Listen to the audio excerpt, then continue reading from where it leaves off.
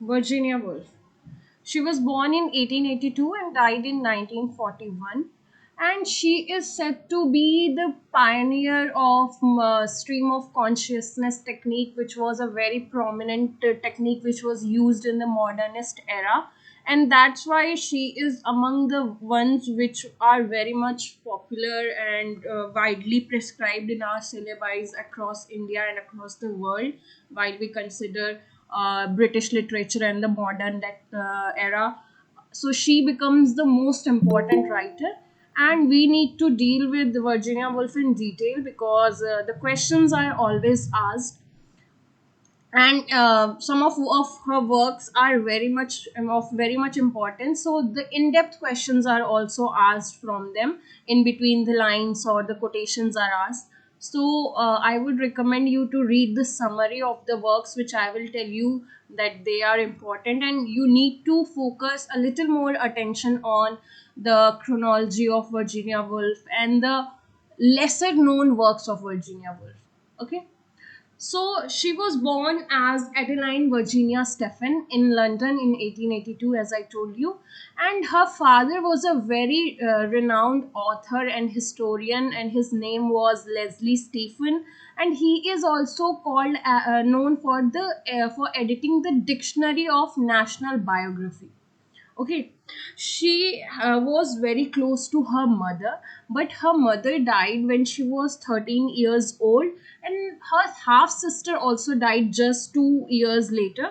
So, which caused a very great turmoil in her life, and somehow it also became a reason for her mental breakdown.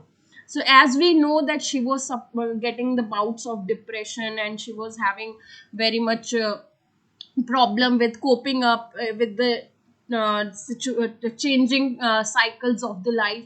So as we all know that at the end she committed suicide. So there was several reasons for that, as she was very much sexually abused while being in her prime years, or in her childhood. Her half brother only sexually abused her, and she had a very tumultuous relationship, though she was having a fantastic married life, but she was not having very much you can say that the relationship was very much okay, but still she was not getting that mental peace. And we know a work of her such a named as Orlando, in which we come to know about the homosexual affair which she had with a girl named Vita Sackville West. So there are certain aspects which we will cover with the in the upcoming slides, or with the works which we will talk about, and we'll discuss about all those aspects which were somewhere influenced by her mental the dilemmas which she was facing. And that's why we are talking about her as a very modernist writer, and the one who was pioneering stream of consciousness technique. Her husband was very active with her when while it came to like publishing and forming groups. So they formed a Bloomsbury group, and there were various members who were associated with it, and I have given you the names of all the members because it was once asked in the exam. So you can see that there was Virginia Woolf, her husband Leonard Woolf, then Lytton Strachey, John Maynard Keynes, then E.M. Foster, Duncan Grant, Roger Fry, Desmond and Molly McCarthy, Vanessa Bell, and Clive Bell. Okay, so Vanessa Bell is the sister of Virginia Woolf. On based on this Bloomsbury group, and as well as the Bloomsday, which I referred to in the last lecture. Do you remember, in which we I talked about the Bloomsday? It was there in some work by James Joyce. Ulysses. Okay, so Ulysses is also based on 16th June, right? That's why it is celebrated as Bloomsday. So Bloomsbury Group was an exclusive member of Cambridge Society called as Apostles. So they all were very well read, and they all were joining together to talk about the various trends which are going on in the literature, and they were discussing their ideas and trying to bring out some stories together. Okay, so the couple, like which I told you, that Leonard Woolf and Virginia Woolf, they founded Hogarth Press together, and the first published work in the press was the two stories. Okay, and always remember these little details because they might ask you in the exam. The next very important detail which I have referred to is the that her first novel is The Voyage Out. We tend to read all the famous works of these writers, but we somewhere forget about the most important ones, or the first work which was published by a writer. So to certain extent, these things are to be noted down, and remember that her first novel was The Voyage Out. In 1922 she also published her first experimental novel, which we'll see in the upcoming slides, which is Jacob's Room. And in 1929 she wrote one essay, A Room of One's Own, and it has a sequel also which is named as Three Guineas.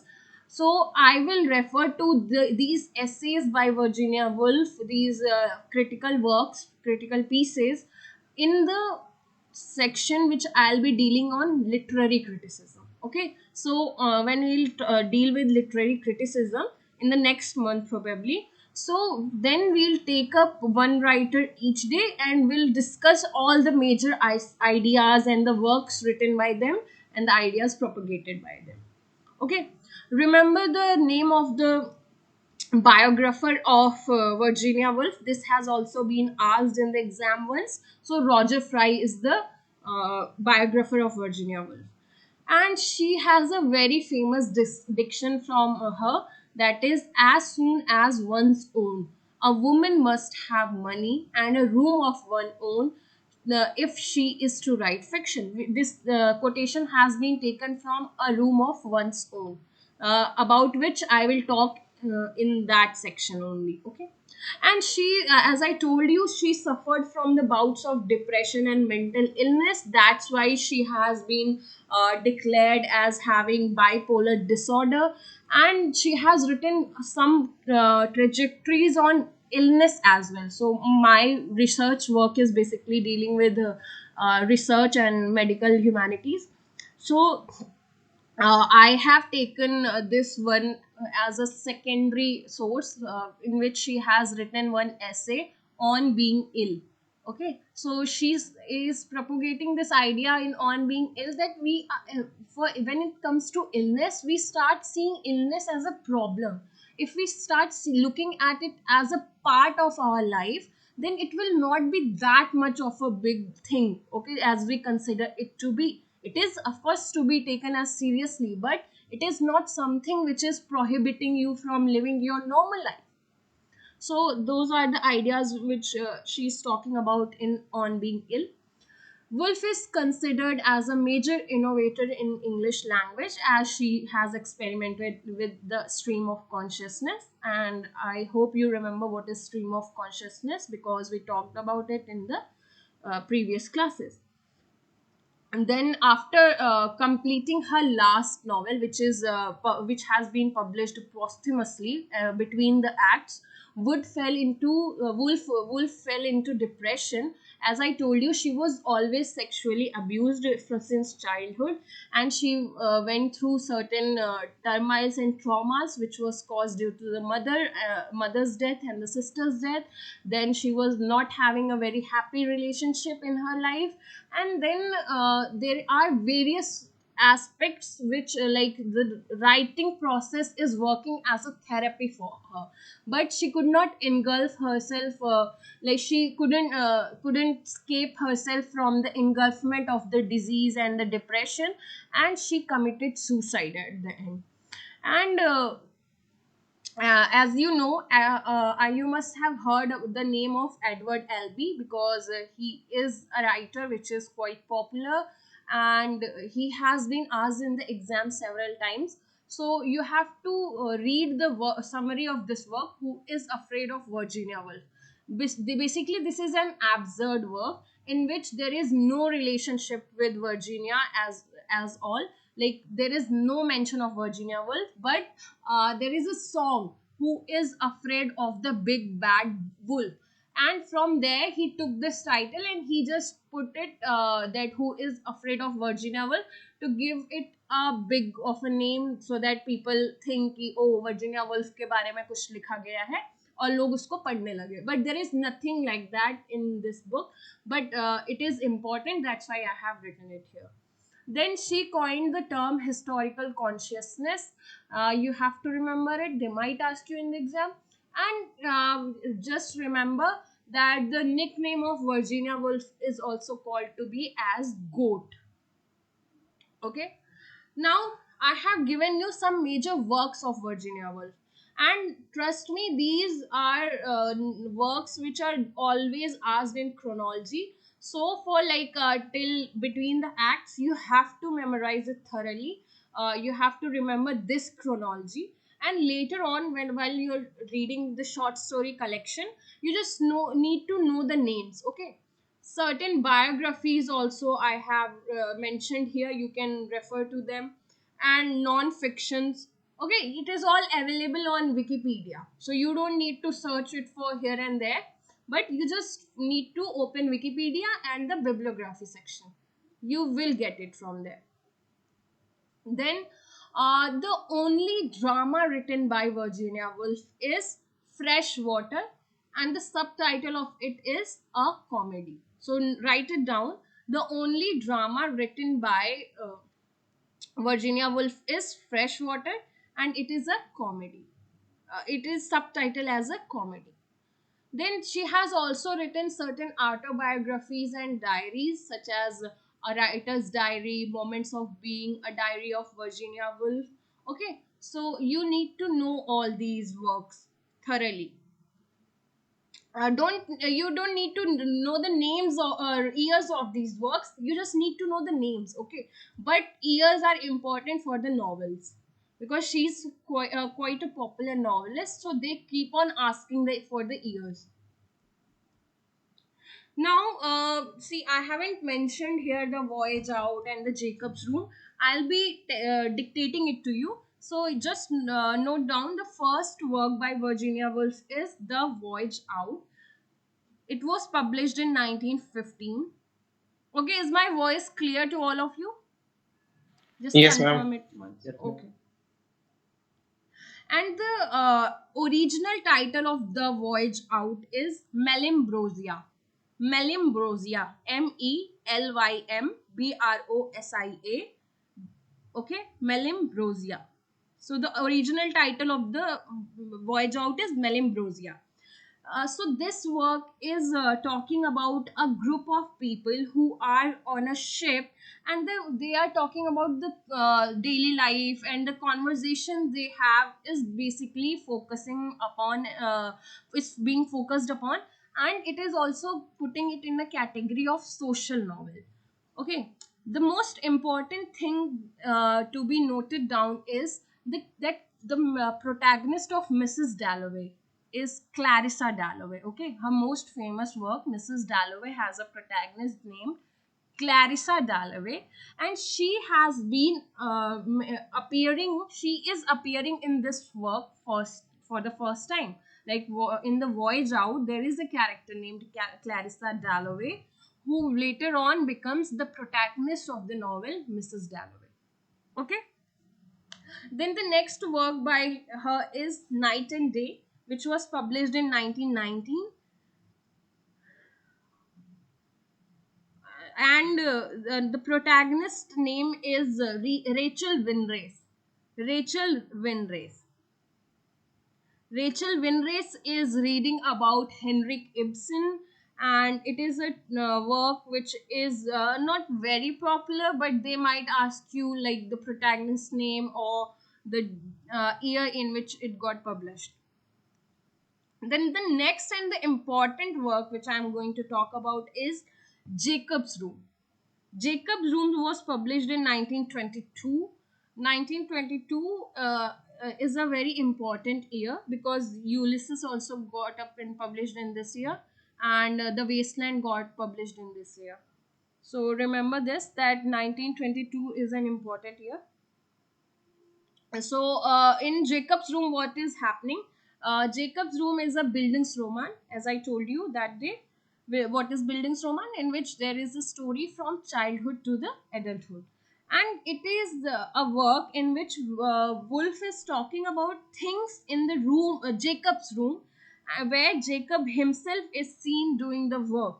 Life and death of Jacob Flanders is being discussed as he is taking part in World War I, and he is dying there in the World War. And somewhere it is said to have been inspired by the death of the brother of Virginia Woolf. Okay, so the death of the brother of the Virginia Woolf, and his name is Thobby. The brother's name is Thobby. Okay, so in this work, what is happening basically, there is Jacob Flanders, and it is based upon the life of Jacob, and women in Jacob's life are narrating the story. Jacob's is developing, and his development, as it is a buildings romance, so Jacob's development is being referred to the pre-modern to the modern Europe. Okay, so as there is the modernization coming in Europe, same as the progress of Jacob is also being mentioned. And see, after the death, what is happening, as I told you, he has went into the World War I and died there. So the ladies who are there in the life of Jacob, they are cleaning the room, and they are throwing out the old pair shoes of a pair of shoes of Jacob. Okay, so always remember that this is the last scene in which they are putting out the pair of shoes of Jacob, as it is no longer in use, and nobody is there to use it anymore. So that's why they are putting it out. Then the most important work which I'm going to talk about is Mrs. Dalloway, which was published in 1925, and it is also called as Female Ulysses. Why Female Ulysses? Because that day when we were talking about James Joyce's Ulysses, it was based on a single day in the life of Leopold Bloom. So here also it is based on a single day in the life of Mrs. Dalloway, or Clarissa Dalloway, which is in June 1923. Okay, remember this date. So what is happening here, that Clarissa Dalloway is an upper class housewife, and she is walking through her neighborhood to prepare for a party she will host in the evening. So she has decided to throw some party, and she is preparing for it. So while she is going in the market and she is coming back from there, the day is reminding her of her youth and how she got married to Richard Dalloway. And there is a friend of Mrs. Dalloway who is coming to meet her, whose name is Peter Walsh, and he has been a lover of Mrs. Dalloway. He has been admiring Mrs. Dalloway, and he wants to marry her. He tells her that you deserve someone better than Richard Dalloway, but she is just in her own aura, and she is not paying attention to all these things, and she is busy with the daily chores and preparing for the party. So in the parallel, there are two stories linked to one. So there in the parallel, there is another story of a veteran war veteran named as Septimus Warren Smith, and he has been suffering from hallucinations of the World War. So there is a term named as shell shock, SHELL, shell shock. So the Septimus Warren Smith is in shell shock, like he has been there in the war, and he has seen so many deaths and explosion in front of his eyes that he has gone in a kind of shock. So Septimus Smith is constantly hallucinating, and he sees his dead friend coming for him. So he starts thinking of committing suicide by jumping out of the window. And his wife is taking him to the hospital for like to the psychologist and asking for help. But what happens that Septimus is not ready to take any kind of help. And here in the previous part, in the Clarissa Dalloway's part, what is happening that Peter Walsh is, while he is also coming for the party in the evening, he meets Septimus Warren Smith in between, and he just notices that guy and the kind of different attitude he's portraying. So he is coming and telling this story to Clarissa, and Clarissa is relating his life to Septimus Warren Smith's life to hers, and thinking of the similarities between the two, the kind of unsettlement which is there, the kind of like they are living in the moment, but somewhere they are lost, and they are always constantly thinking of something else, something which is unattainable. Okay. And when she comes to know that Septimus, while he was taken to the doctor, he jumps outside from the window and dies. So when Clarissa hears of this the death of Septimus, she doesn't know him, but she is admiring this act of Septimus as something which is very strong, which she is considering as an effort to preserve the purity of happiness. Like she feels that whatever he did was a kind of something which could not be done by her, though she is also suffocating in her life, but she couldn't take this way out, but he has done it, so he has done something brave. And this doctor is coming and telling her about the story of Septimus, and she is relating to it. And the we don't know what happens next. The book ends here, but with this lady who doesn't know a man has a strong admiration for the guy who has just died. Okay.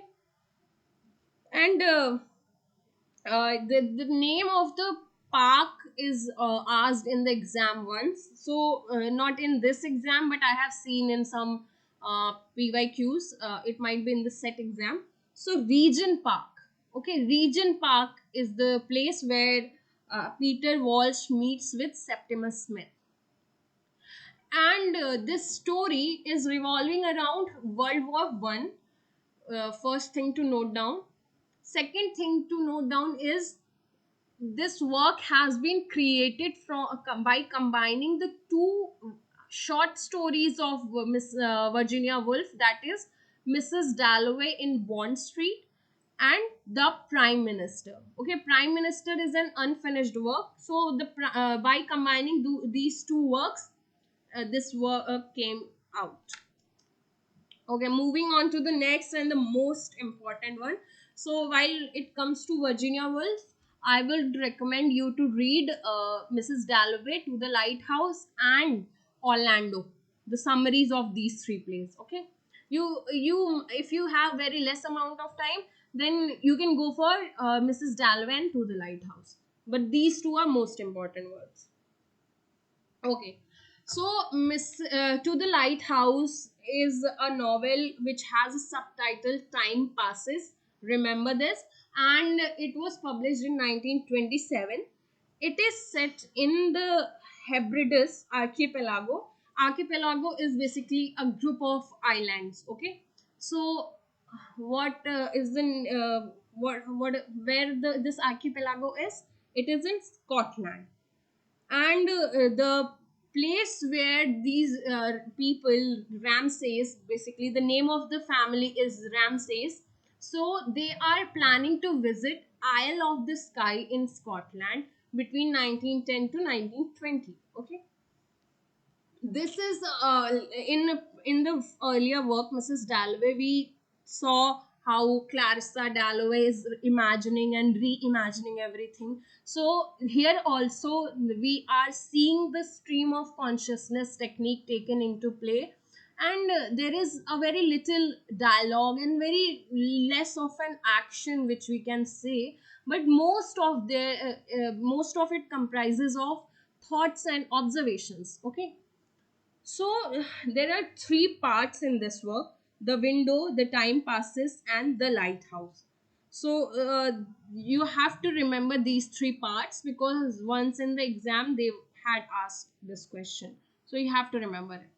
So in the part one, which is the window, the novel is set in Ramsay's summer home in Hebrides on the Isle of Skye, and it begins with Ramsay's remark to her son. Yes, of course, it's fine tomorrow. So her son is asking basically to visit the lighthouse, but she is saying that weather is not very okay today, so we'll go tomorrow. And we can observe that there is some kind of tension between Mr. Ramsay, Mrs. Ramsay, and their son, which is James. Mrs. Ramsay is a very obedient wife, and she does everything what she asked to do, whatever she is asked to do.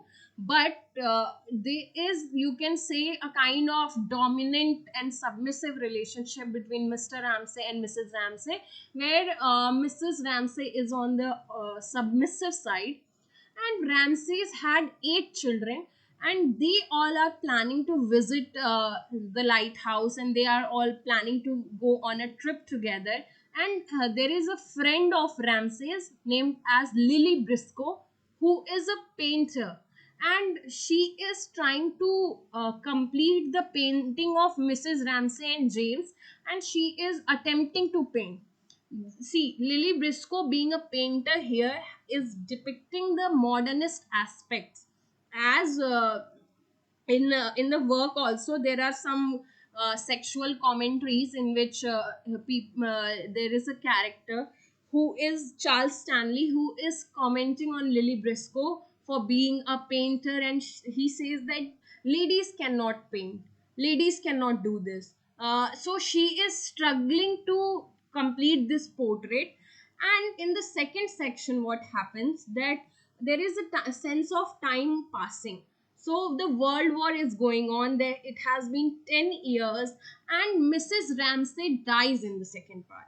So in the very first part, we can see Mrs. Ramsay and her importance and the value she is giving to the family members, like a mother in the house. She's caring for everyone, and now her absence is being felt in the second part. And along with that, her 2 children also die. And in the third part, it is written as a reconciliation. So there was a tumultuous relationship between the father and the son, James and Mr. Ramsay. So now they are thinking that time what happened, that they could not go for the lighthouse visit. So now after 10 years they are returning back to the place, and as a guest they are going now to visit that place. Okay, so after 10 years, it is the story is continuing, and Mr. Ramsay and James are not on talking terms, but there is a confusion with the ferryman and the way he is rowing the boat. So what happens in between that, they have a little conversation, and from that part they start developing a kind of a understanding, and a relationship of a father and son comes into being. So you can see that Mrs. Ramsay is not there. Still, she has that effervescence through which she is just fragmenting everything, and the importance of her is being felt. And at the end, what happens, as I told you in the first part, Lily Briscoe is struggling to complete the painting, but at the end she finally completes her painting. And the last line says, it was done, it was finished, I have had my vision. So that's the last line of this work, in which she has completed the work. Okay, she has completed the painting which she was making. Now, the next work which I am going to talk about is Orlando, an autobiography. Sorry, a biography. Oh my god, a biography, which was published in 1928. And this novel is describing the adventures of a poet who changes his sex from man to woman and lives for centuries. That too, for how many years he lives? For 300 years. So, what happens in this story that Orlando was born in an Elizabethan era and lives there for 300 years as a woman. So he changes his sex and goes to Elizabethan era and lives there for 300 years and keeps on meeting different literary figures. So it is a story about a man who has transformed into women, and then writing, he starts writing. And what he writes Ethelbert, a tragedy in 5 acts. Ethelbert, Ethelbert. Okay, this has not this has been given only in some in the text. Okay, so from there I have taken this point and I am telling it to you. Write it down. So firstly, she writes Ethelbert, a tragedy. And in this work, Pope and Swift, Jonathan Swift and Alexander Popes are characters in this novel. But this work has been criticized by the famous writer to whom she is showcasing her works and asking for commentary. So that person is criticizing her works, and later on she writes one very famous poem, a very famous work named as The Oak Tree. Okay, so in 1928 she writes a work named The Oak Tree, a centuries after starting it, and she also wins a prize for it. Okay, and the novel ends with Orlando's husband's ship return and she rushes to greet him.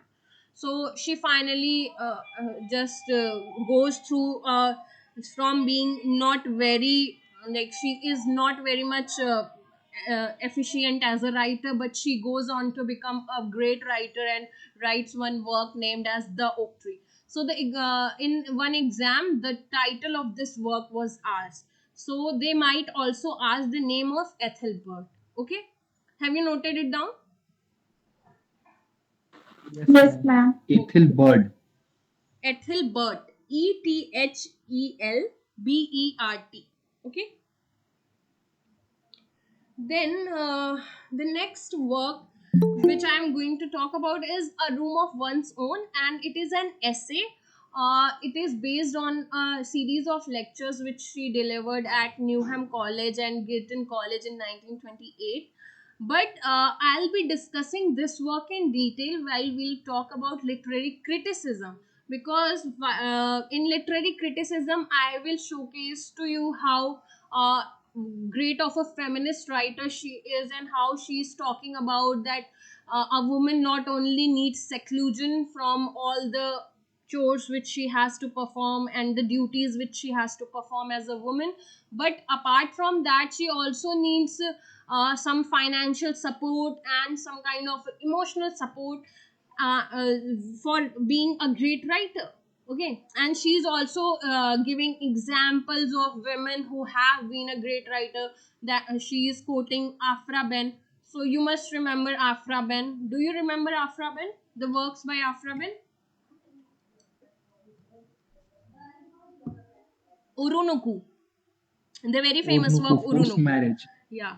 So she is praising Afra Ben for coming out and disguising and then writing. George Eliot, you must remember.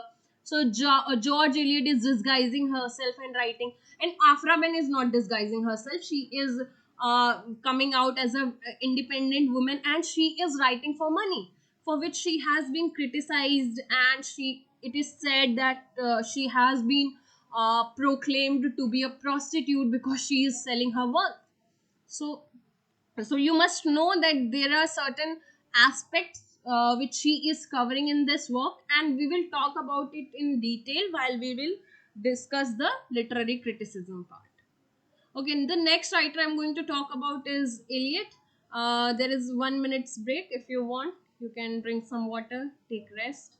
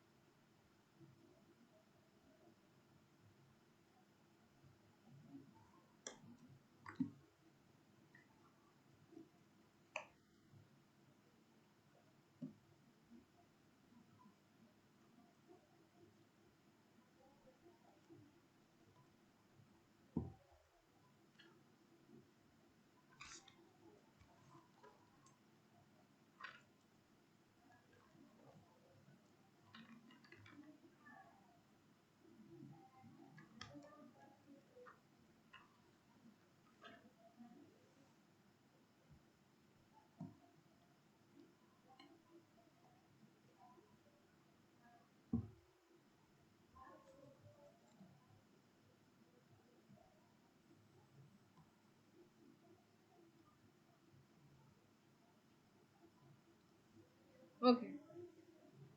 So T.S. Eliot, as he was born in 1888 and died in 1965, his full name is Thomas Stern Eliot, and he was born in St. Louis, Missouri, in the Midwestern America on 26th September 1888.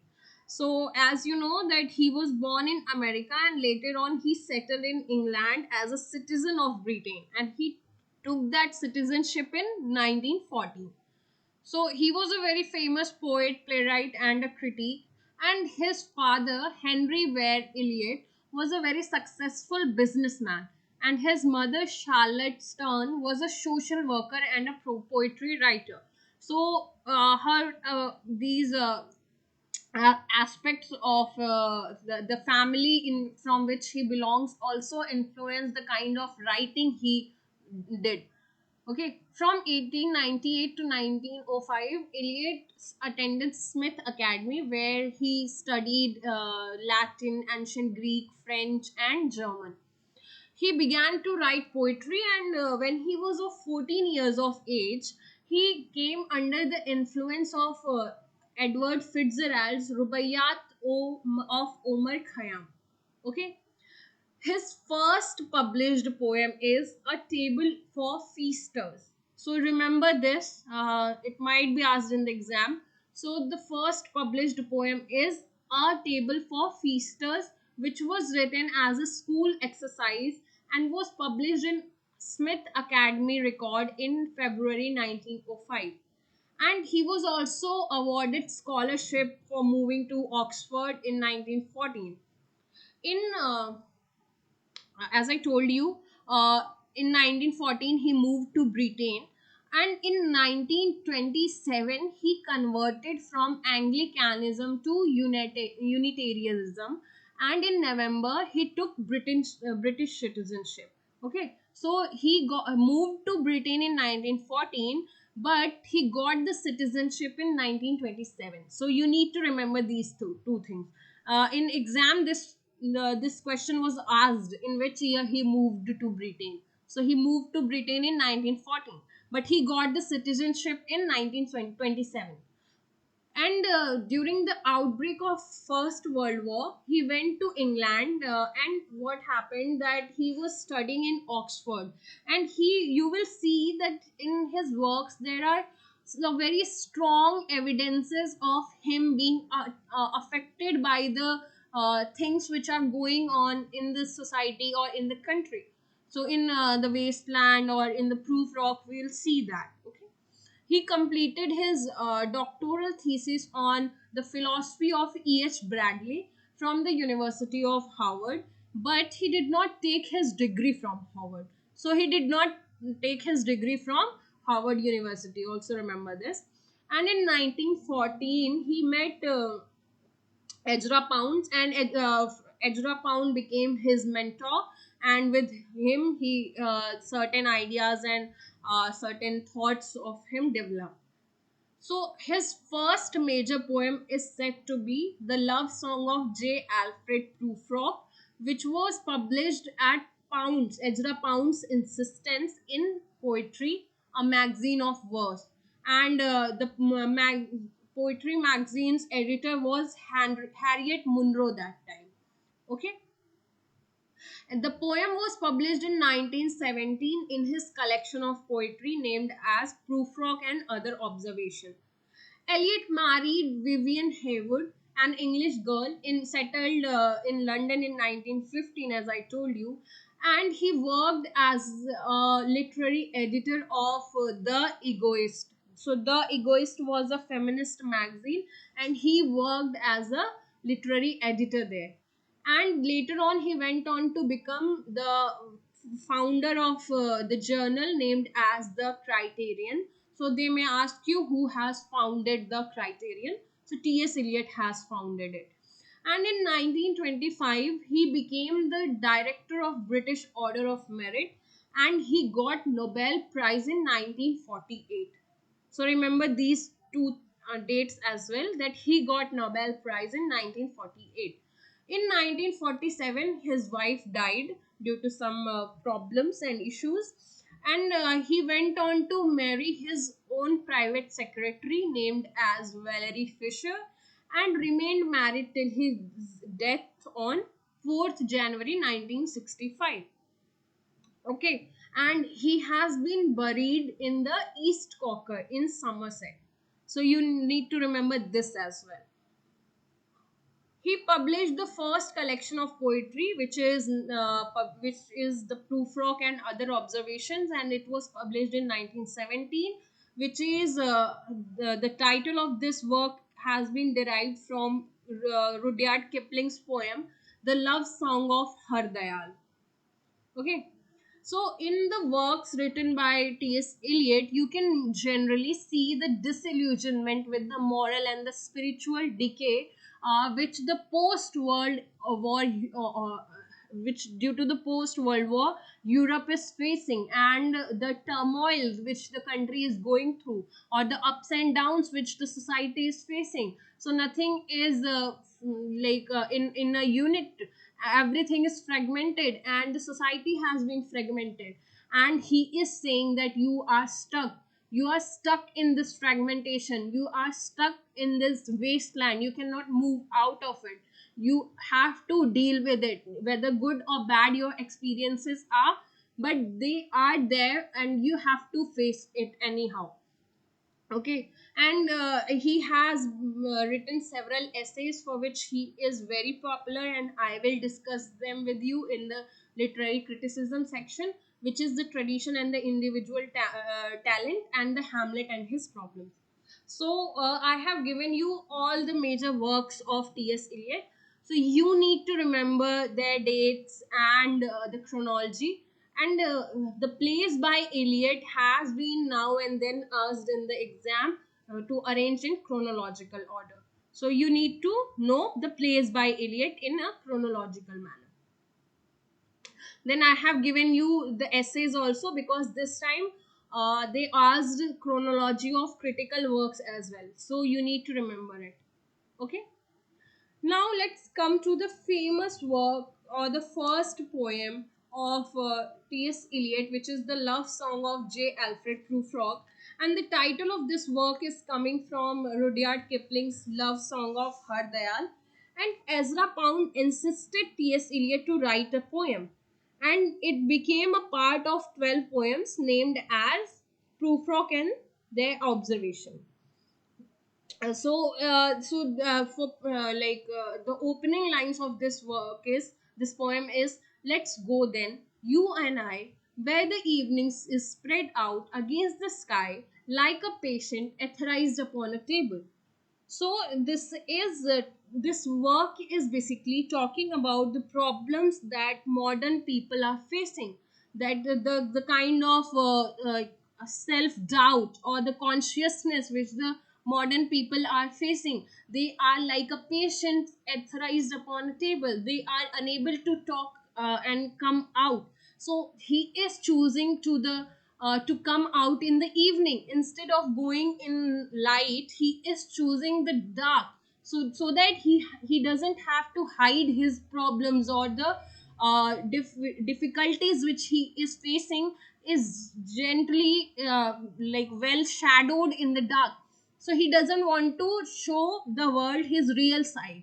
And as you can see, if you have read the poem, there are several mentions of his self doubt and self consciousness, in which he is saying that I don't have that much of capacity to influence girls, as I have a bald head, and I don't have that much of self confidence with which I can approach women who are talking about Michelangelo and all.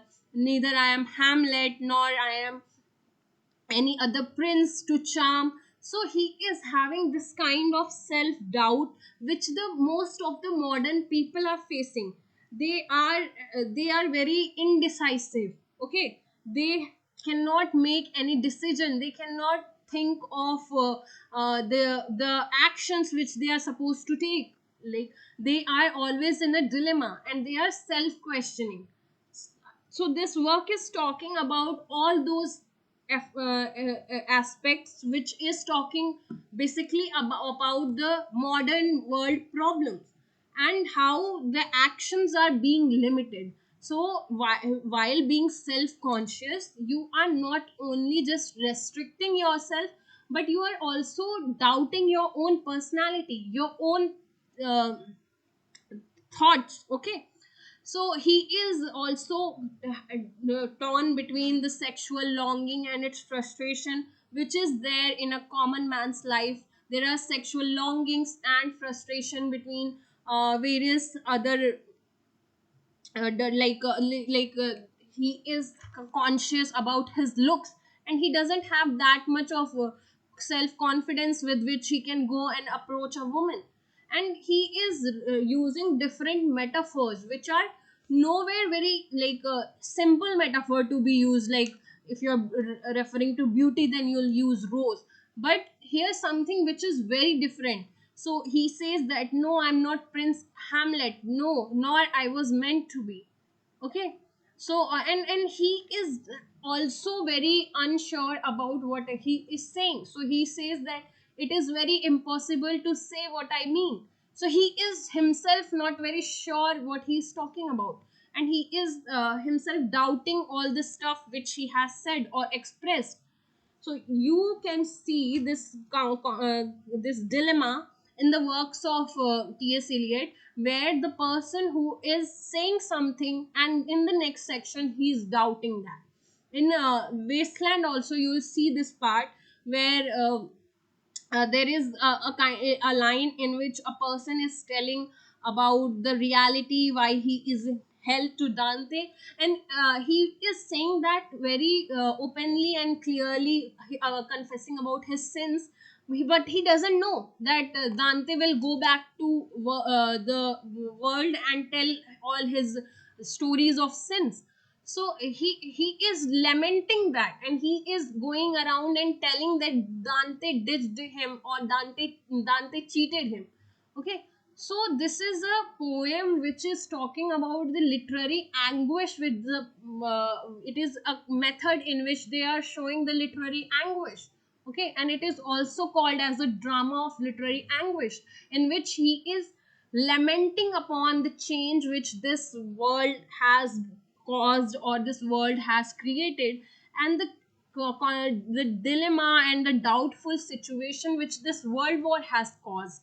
So it is like a hell, and you are bound to it, and there is no way out. You cannot escape this. So what is happening, that there is no escape, and because of that, the people here are also trapped, and they don't know what to do, what not to do.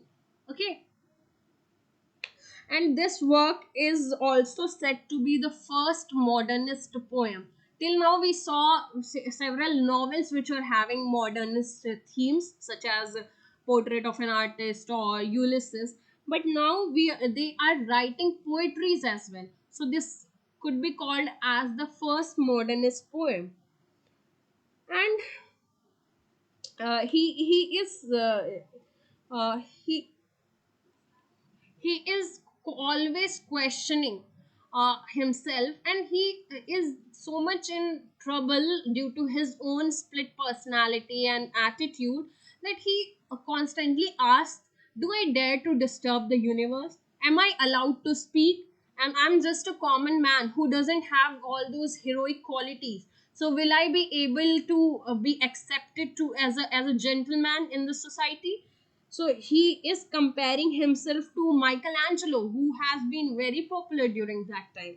And he says that in a room, women come and go, like talking about Michelangelo. So he says, I'm just a normal human being. Will these ladies ever pay any heed to me? Because they all are very much obsessed with Michelangelo. So they might not understand my emotions, my attributes, which I'm trying to show. Okay, so read this work in detail, this poem in detail, because in-depth questions are asked from this work. Then the next work I'm going to talk about is the portrait of a lady, and it is also under the category of Boston poems, and it is also in the collection of Prufrock and their observation. And the title of this work is said to have been taken from the Henry James's novel Portrait of a Lady. Okay, so this poem is divided into three parts, and it is dealing with the dramatic confrontations of a lady and a young man whom she loves. Okay, so there is an upper class lady who is very soulless and empty, and the narrator is very unattached and unfeeling. And what happens that they don't even settle as friends as he goes to abroad, leaving her alone. So this work is talking about the kind of self affiliations which a person has. Like everybody is self concerned nowadays. So there is a lady who is seeking for a man to whom to she can speak her heart out, and she can showcase her love to him, but the man is completely unattached. Okay, and he is making that lady also soulless and empty, because the narrator is unattached and he is not emotionally available. And the season there are three seasons in which the poem has been written, which is which is winter, spring, and autumn. Okay, then he published another work named as Poems 1920, and he roughly divided poems into two categories, that is religious and secular. So the religious poems comprises of Gerontian, Hippopotamus, Whispers of Immortality, Mr. Eliot, Sunday Morning Service, and the secular ones include Burbank with a Baedeker, Blystein with a cigar, a cooking egg, Sweeney among nightingales, and the four French poems. So the important one is Gerontian.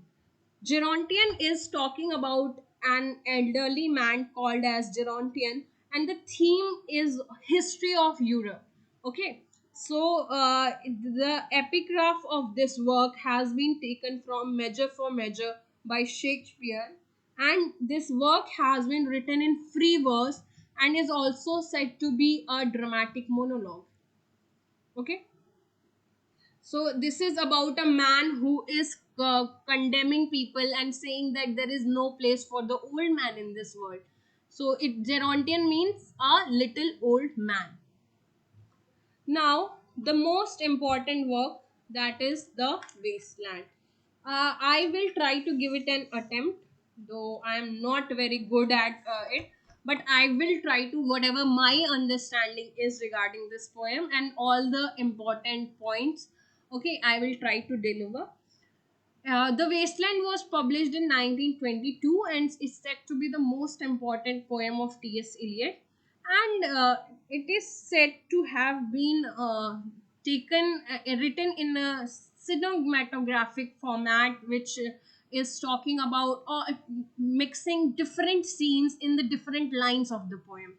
So there are two Greek and Latin epigraph of Wasteland, which is taken from Gaius Petronicus's Satyricon.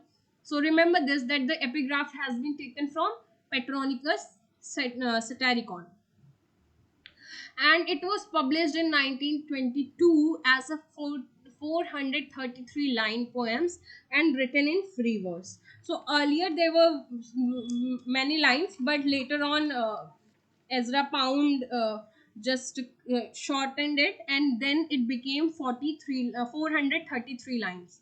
Okay, so 433 lines poem it is, and written in free verse. Remember this.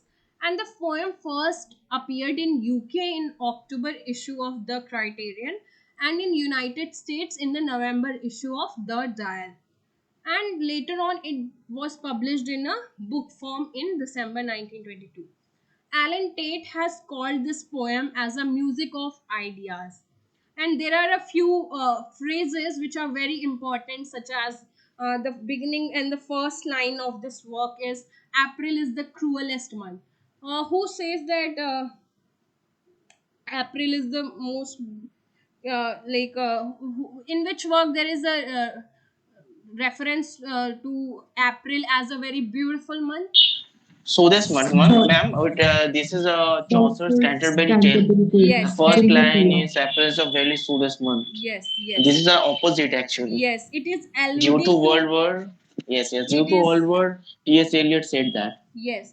So it is alluding to Canterbury Tales and calls it to be very stony and rubbish. So he says that April is the cruelest month. Don't think it to be very beautiful. And then there are a few another phrases, such as I will show you fear in a handful of dust. So there is another work, this is a phrase, Shanti Shanti Shanti. So these are very important parts which you need to know. Now you have to remember the five sections in the chronological order. Okay, in the order it has been given here, that's why I have mentioned it right up at the above. So, the burial of the dead, the game of chess, the fire sermon, the death by water, and what the thunder said. So, I'll give you a mnemonic to remember it. So, T.S. Eliot goes to a burial, okay, and वहाँ पे वो game chess खेलने लगता है. तभी chess में आग लग जाती है, एंड आग पे वो पानी डाल देता है, so which is death by water. तो उससे आग और पानी मिलता है, तो फिर थंडर जनरेट हो जाता है. So you can remember by making any mnemonic. Just the purpose is to remember it. Okay, so there was a question in GATE last year that who from whom this work has been inspired. So this work is said to have been inspired from Jesse Westerns from Ritual to Romance. Okay, Jesse Westerns from Ritual to Romance.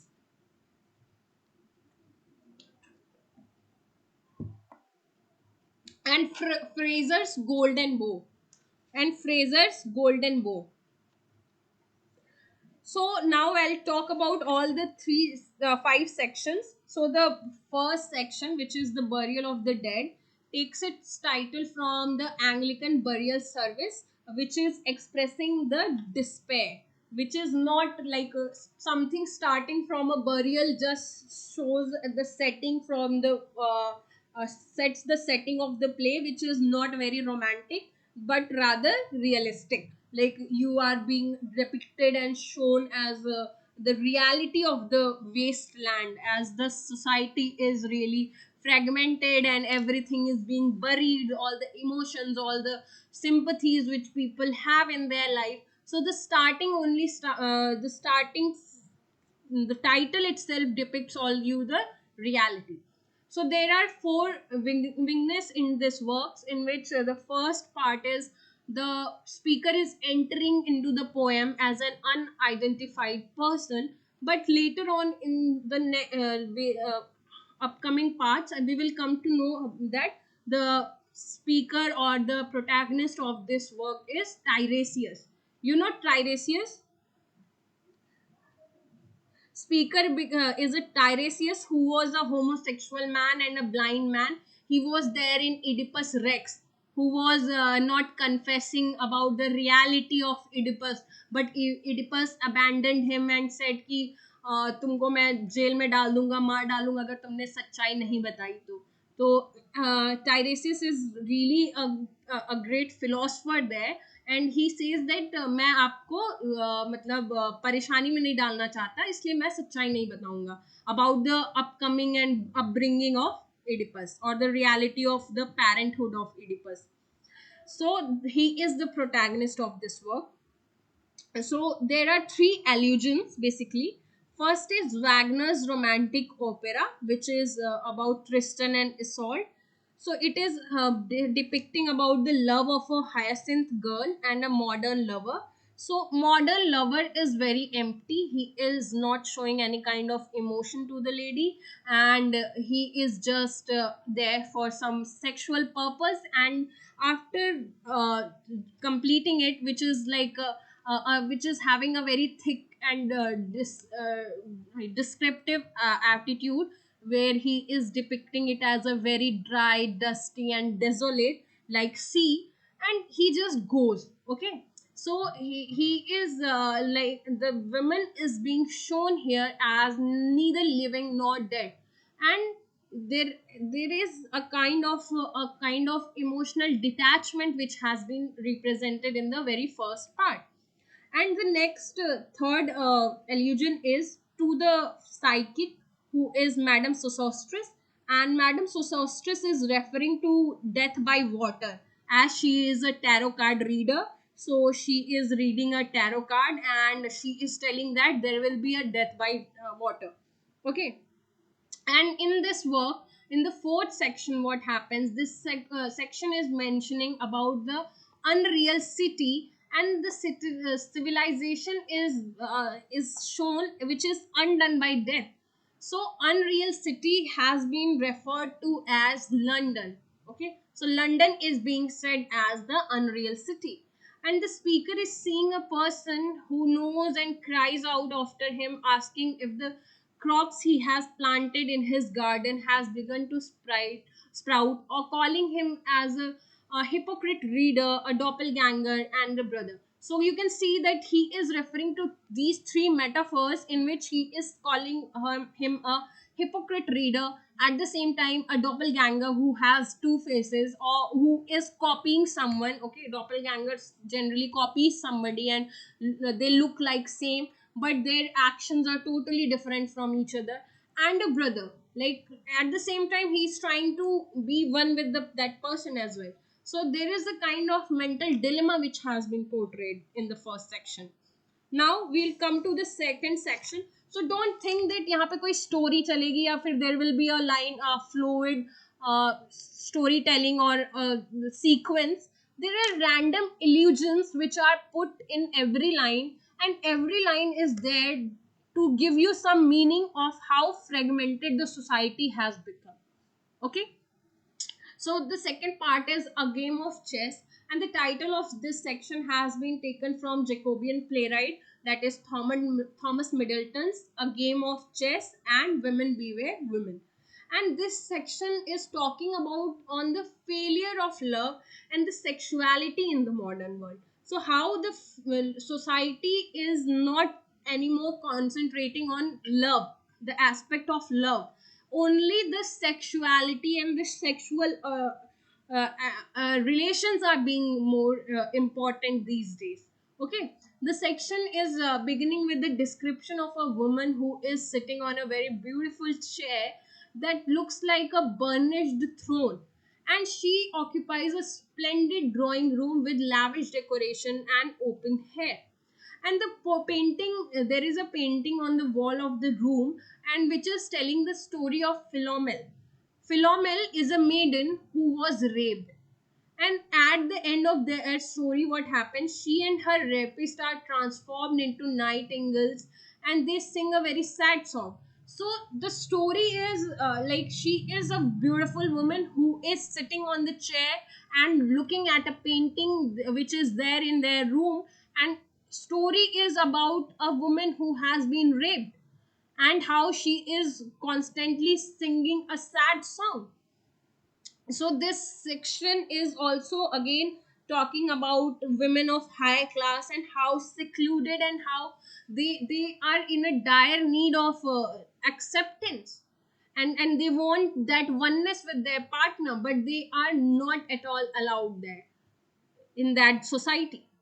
And this scene is also showcasing of several women in bar, where two women are discussing about a third woman, and being in a bar where they are opening about the sites which women are said to have been always repressing, like they are not allowed to drink and express themselves, but these women are to showcasing the modern sexuality. And not, he is not saying that this sexuality is something which is very beautiful, or something which is very blooming, or to say that it is very like precarious. But here what is happening, that sexuality is very dry and barren, and on the other side there is a kind of lack of culture and rapid aging. So these women are not just in their primordial self, they are grown-ups, and they are there searching for partners, looking out for love, but it is missing from their life. Okay, and this modern sexuality is also representing their lack of culture. Okay, and there is, in this line there is a quotation from Hamlet in which Ophelia is saying, good night ladies. Okay, so remember this, in this section there is a line from Hamlet in which Ophelia is bidding farewell before her death and saying good night ladies.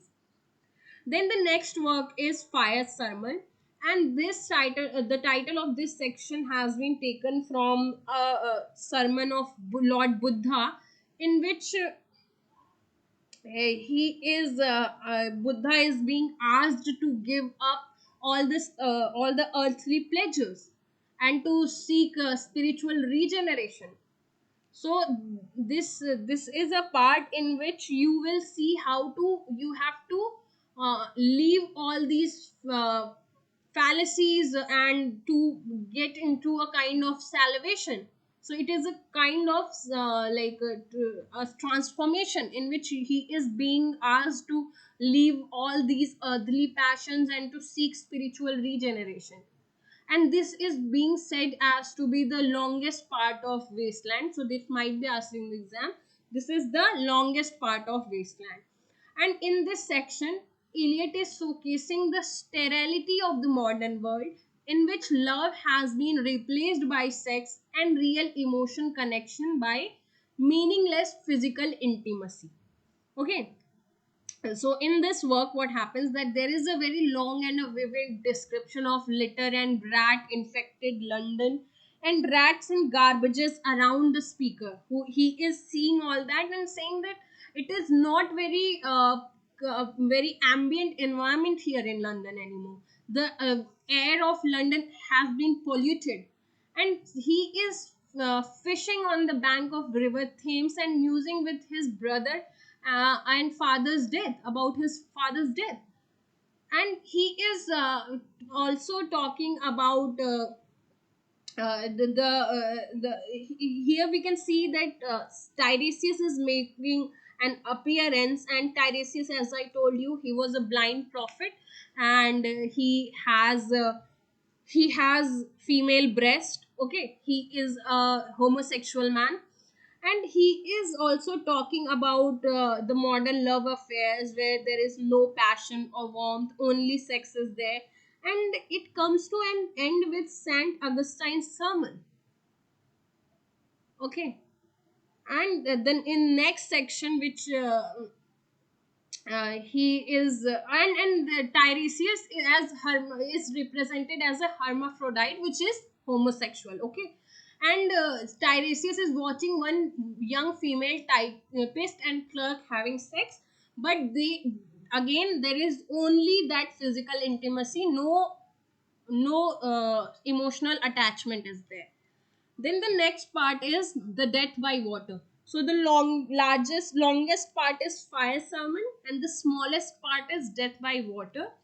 And it is describing about the Phlebas the Phoenician, who has died by drowning. So as Madam Sosostris said, that there will be a death by water, so the Phlebas the Phoenician has died by drowning.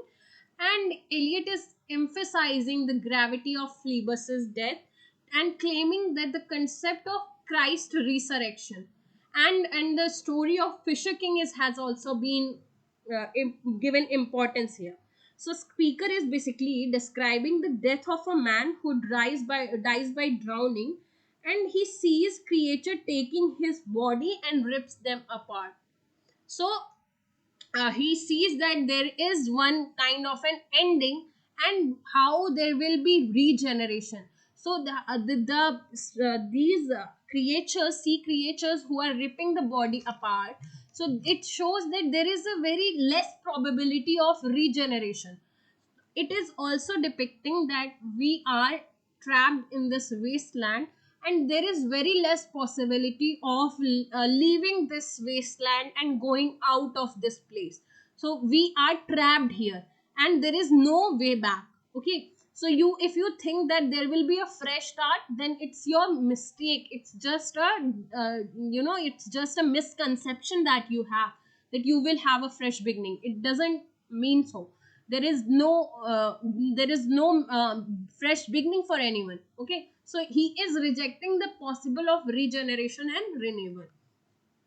Then the last part, what the thunder said, the sheen is shifting to rocks and mountains, and speaker is crying for rain. Okay, speaker is crying for rain, and the rain comes as well. So he sees there is a desolate desert setting in which there is absence of water, and the absence of water is representing that, we go to Ganga to purify ourselves.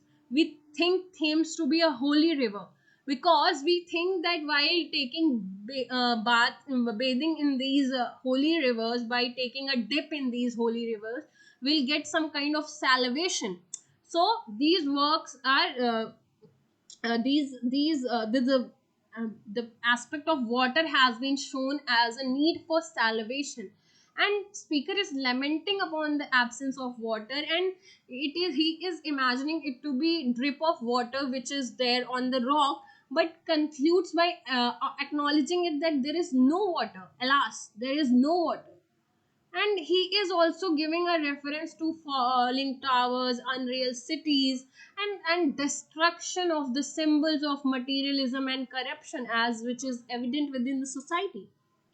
And he is also dealing with the at the end, at the very fag end, we see that the rain is finally coming, and he thinks of purification, and he gives reference to Upanishad, where he says datta devadam, or damyata, where he is referring to all these Sanskrit words, and he is asking for salvation. He is asking for a kind of purification and a kind of way out from this wasteland. Okay, so he's saying that it is we need this kind of a purification, so that there is no more temptation in the society, and we want to move out of this. Okay, we want to move out of this. Then there are few more works by T.S. Eliot, such as The Hollow Man, which was published in 1925, and it is a poem by T.S. Eliot. And the poem is divided into 5 parts and consists of 98 lines, of which the most quoted line is, "This is the way the world ends, not with a bang but with a whimper." So remember this line. This might be asked in the exam, and it is very important. And he has produced the title The Hollow Man by combining the titles of the romance The Hollow Land by William Morris with the poem The Broken Men, written by Rudyard Kipling. So these are important things which you need to know. Ash Wednesday was published in 1930, and it is the first long poem of T.S. Eliot, and it is also referred to as his conversation poem. Okay, So it is based on Dante's Purgatorio, and Vladimir Nabokov has parodied Ash Wednesday in his very famous novel named as Lolita. So so he is putting his Vedantic philosophy and the teachings of Bhagavad Gita in this work. As you know, he was highly inspired by the Vedantic philosophy. So he is talking about all those aspects in Ash Wednesday. Then there are these four quarters, which is very very very important to know that the set of these four poems and in the order which I have given. So there was Burnt Norton, Easter Coker, Dry Salvages, and Little Gidding. So you need to remember it as they are, and how Burnt Norton is symbolizing air, East Coker is the symbol of earth, Dry Salvages symbol of water, and Little Gidding symbol of fire. So you need to know this.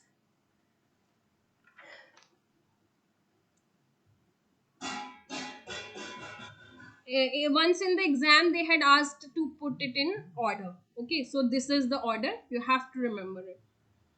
Then I'll talk about briefly about the plays of T.S. Eliot, because not much questions are asked from the plays, only the titles are asked to put in chronological order. So firstly, I'll talk about The Rock. So, T.S. Eliot has said for this work, I cannot consider myself as an author of the play, but only the lines written here. So, this Rock is talking about a process in which there is collection of funds to build a church. Okay, so it is a story based on collection of funds to build a church. Then the next work which I am going to talk about is Murder in Cathedral, which is very important, and sometimes it is prescribed in the syllabus also. So Murder in the Cathedral was published in 1925, and it is said to be uh, a verse drama. Remember this. This is a verse drama, and it is portraying the assassination of Archbishop Thomas Canterbury and in the Thomas Becket. Sorry, Thomas Becket in the Canterbury Cathedral in 1170. He this see Archbishop Becket had some kind of conflict with the king of that time, so he had to leave the palace and leave the country and to move somewhere else. And now when he is returning back, so there are people who are singing and rejoicing and dancing, and this work has been divided into two parts. So in which that Archbishop is returning, and the people there uh, are dancing and rejoicing, but at the same time they don't want him to come back, because they knew that there are enemies of Archbishop who will attack him. And several tempters come to corrupt Archbishop, like they ask for they ask him for money, for power, for dying for their country. But Archbishop falls for this temptation. There are four tempters who are coming with temptations and asking Archbishop to give up his ideas of being a loyal man, and he chooses the fourth temptation, in which it is to become a martyr for the country. So he falls for the fourth temptation, and he becomes a martyr.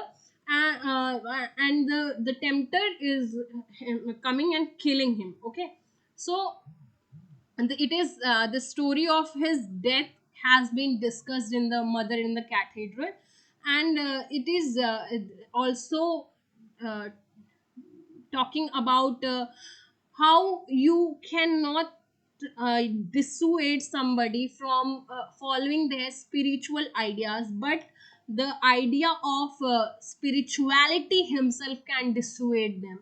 Okay, so it is also talking about the aspect how that nobody was able to kill him, no temptation was able to tempt him, but this idea of martyrdom made him dedicate his life to the country. for the betterment of the country, which was a trap, and he fell to the trap.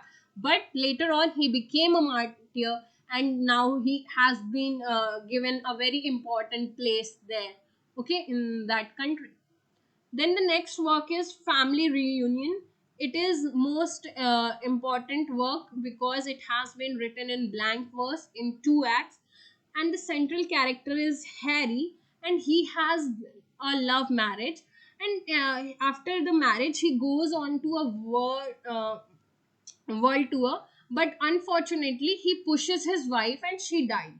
So he goes into a remorse due to that, and he goes into remorse and goes and confesses this to his aunt Agatha, and Agatha is suggesting him to go on a long journey of repentance, okay. So he is going on this long journey of repentance from his sin, and that's the story which there in the center. Then the next work is Cocktail Party. It is a play, and it is based upon the Alcestis by Euripides. So there is a couple who are having a lot of fights between them, and they are thinking of separating. Okay, so there is Mr. Edward Chamberlain and Lavinia Chamberlain, and they are not having very good relationship. So they are thinking of separating from the marriage, and there is how they are being reconciled. So that is the story. So they are throwing a party before their separation, and then after they are reconciling, then also they are throwing a party. So it is basically the story is that. Then the next work is Confidential Clerk, and Confidential Clerk is said to be a very important work when it comes to drawing room comedy. Which we'll look at John Osborne, and we'll see how he is talking about drawing room comedy, which is depicting the real life of a person or a character. Okay, so it is a comic verse play. Okay, so I'll stop over here, and that's it for today. I hope you understood whatever I tried to deliver today, and you need to read more on this topic because